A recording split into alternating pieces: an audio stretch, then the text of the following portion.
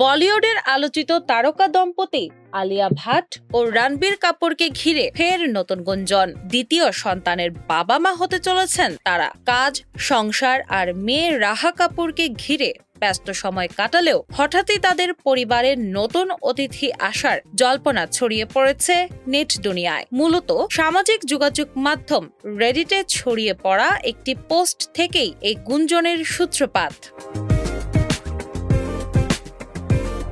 সেখানে দাবি করা হয়, সম্প্রতি আলিয়া ও রণবীরকে এক স্ত্রী রোগ বিশেষজ্ঞের চেম্বারে দেখা গেছে। তারা নীরবে চিকিৎসকের কাছে যান এবং মিডিয়ার নজর এড়িয়ে সেখান থেকে বেরিয়ে আসেন। এরপরই সামাজিক যোগাযোগ মাধ্যমে শুরু হয় জোর আলোচনা। তবে কি দ্বিতীয়বার মা হতে চলেছেন আলিয়া? এই গুঞ্জন ঘিরে নেট দুনিয়ায় দেখা গেছে মিশ্র প্রতিক্রিয়া। কেউ মনে করছেন আলিয়া হয়তো পরিবার বড় করার পরিকল্পনা করছেন, এমনকি দ্বিতীয় সন্তানের জন্য কাজ থেকেও কিছুটা বিরতি নিতে পারেন।